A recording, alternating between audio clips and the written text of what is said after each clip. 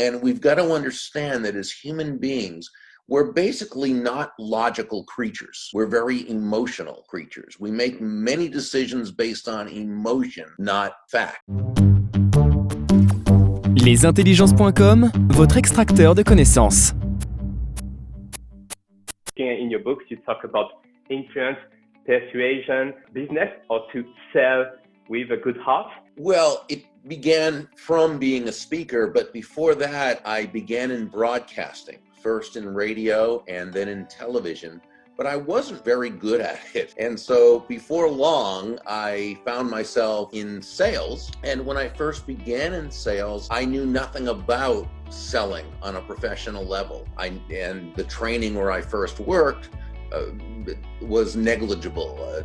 So I was sort of on my own, and I very much floundered. I failed for the first few months until I was in a bookstore, and this is about 40 years ago now. You know, I think that success in most areas of life is based about 10% on technical skills. And when I say technical skills, I don't mean just computer technical, but any kind of competence in terms of a specific skill set. The 5 principles that really help us communicate in a more, in a softer, but also more effective way.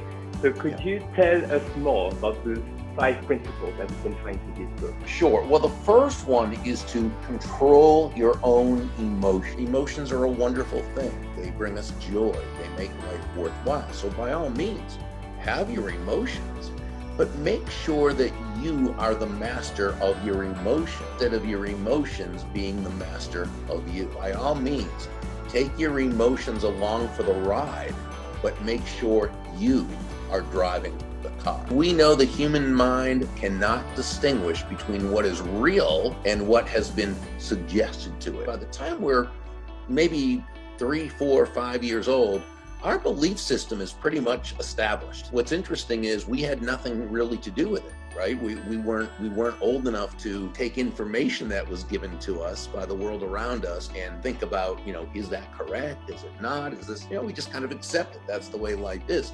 So we grow up and we basically are run by an unconscious operating. And that's how we see the world. Conflict is often the result of 2 people seeing the same basic thing from totally different viewpoints and not even realizing that this is the case. Really, the only way we can do it is by asking questions and then really listening to their answers, but not just listening on a surface level with our ears, really listening with our eyes, with our posture, with our entire being, listening not to judge or to take in their answer as we would, but no, really listen in order to understand where that person is coming from. And then of course, empathy is that, trying to really understand how that person feels in terms of the emotions they're going through. And so empathy sort of shows us the importance of tact. Having tact allows us to be empathetic. And so they work very well together. Inscrivez-vous maintenant pour profiter de 4 jours offerts à notre plateforme.